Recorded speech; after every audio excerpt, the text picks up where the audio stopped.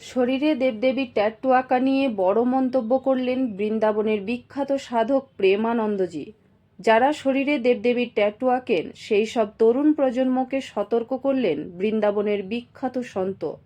দেবদেবীর প্রতি বিশ্বাস দেহের উপর নয়, হৃদয়ে থাকা উচিত।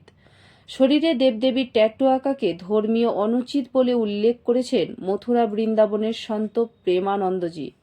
হাত পা বা শরীরের অন্যান্য অংশে দেবদেবীর নাম বা ছবির ট্যাটু করা ধর্মীয় দৃষ্টিকোণ থেকে অনুচিত। এক যুবকের হাতে মহাদেবের ট্যাটু দেখার পরেই প্রতিক্রিয়ার এমনই মন্তব্য করেছেন তিনি। প্রেমানন্দ মহারাজ তরুণদের ধর্মীয় প্রতীক এবং নামকে সম্মান করার নামে ট্যাটু আকারে শরীরে এগুলো না করার জন্য আবেদন জানিয়েছেন। শরীরে ট্যাটু করা মূলত ইউরোপীয় কয়েক হাজার বছর পুরনো একটি ইহুদি কালচার। 90-এর দশকের দিকে ট্যাটু কালচার এশিয়া দেশগুলোতেই দেখা যায়। আজকের দিনে ভারতেও ট্যাটু এক ধরনের ফ্যাশনে পরিণত হয়েছে, যদিও সমাজ বিষয়টিকে মোটেই ভালো চোখে দেখছে না।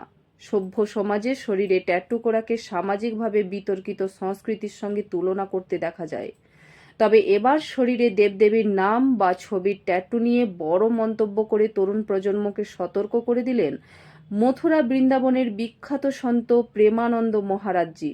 তিনি স্পষ্ট করে বলেন, দেবদেবীর উপর বিশ্বাস দেহের উপর নয়, হৃদয়ে থাকা উচিত।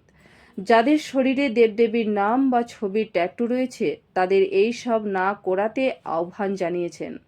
তাছাড়া দেবদেবীর ট্যাটু প্রসঙ্গে বলেন, যারা শরীরে দেবদেবীর ট্যাটু আঁকেন তাদের মনে রাখা প্রয়োজন এটা করা ধর্মীয়ভাবে অনুচিত কাজের আওতায় পড়ে।